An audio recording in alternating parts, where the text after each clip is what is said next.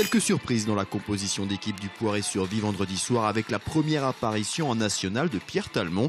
Sur le banc, on retrouvait Collinet, Basile ou encore Diguigny. Un élément perturbateur s'était invité au stade de Lidonnière, le vent. Durant toute la première période, les fortes bourrasques gênent considérablement les 22 acteurs qui ont bien du mal à produire du jeu. Cela se ressent sur le nombre d'occasions, mis à part quelques tentatives sans grand danger. Il n'y a pas grand-chose à retenir de ces 45 premières minutes. Le Poiré inquiète Colmar seulement sur coup de pied arrêté. Des Colmariens qui, eux, ne réussissent pas à profiter du vent qu'ils ont dans le dos. C'était injouable. Pour eux, c'était injouable d'avancer parce qu'ils étaient contre le vent et nous, comme on avait toujours la balle comme on avait souvent la balle et qu'on avait du mal à l'exploiter, ça a rien donné. Ça détériore la qualité technique, les choix de jeu. Quand le ballon commence à monter, on ne sait pas où il va retomber. C'était pas une mi-temps, donc le résumé du match, le Poiré-Colmar, c'est sur 45 minutes et non pas sur 90. Voilà.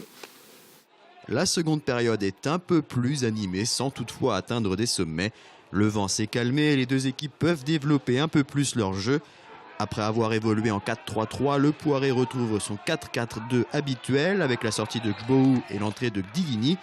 Diguigny qui à la 61e minute sert Emmanuel Bourgault. Ce dernier tente sa chance à 25 mètres mais le gardien de Colmar détourne le ballon d'une belle parade. Contrairement au match face à Amiens, les Genots ne subissent pas et sont plutôt dominateurs.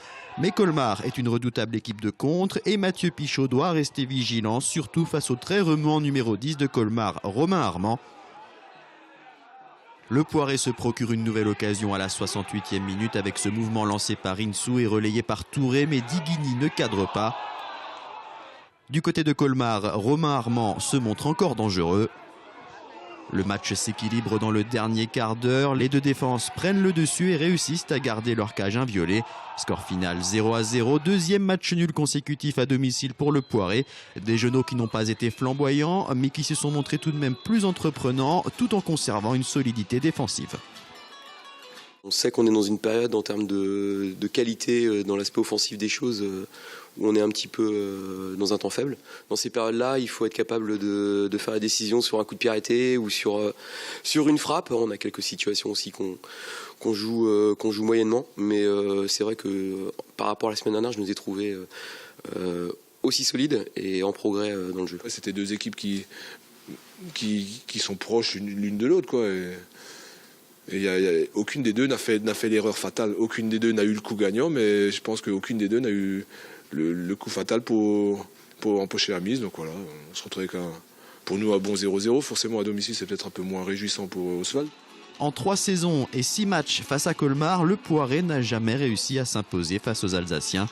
Les Genots doivent maintenant se focaliser sur leur prochain déplacement chez le nouveau leader Orléans.